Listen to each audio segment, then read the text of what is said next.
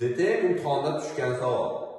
Quyidagi rasmda tasvirlangan ABCD trapetsiyaning diagonali AC 9 ga va BD 12 ga teng.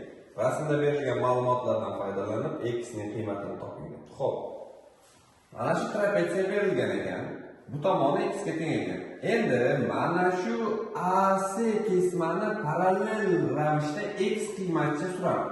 Ya'ni x qiymatcha suraman degani mana bu sohaga keladi.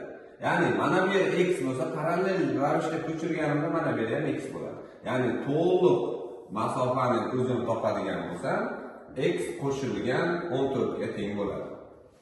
Berilgan shart bo'yicha mana bu qiymat AC 9 ga teng edi, BD esa 12 ga teng edi.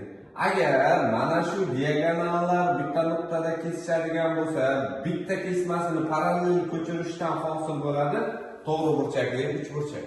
Demak, mana shu berilgan qiymatning kvadrati, ya'ni katetlarning kvadratlarining yig'indisi gipotenuzaning kvadratiga teng. Oddiy Pifagor teoremasi.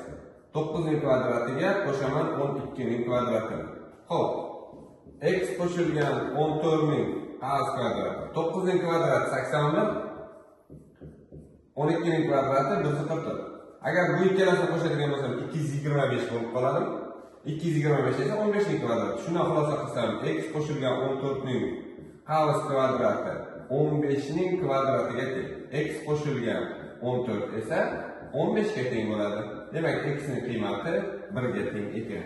1 degan javob bizda A javobda turibdi.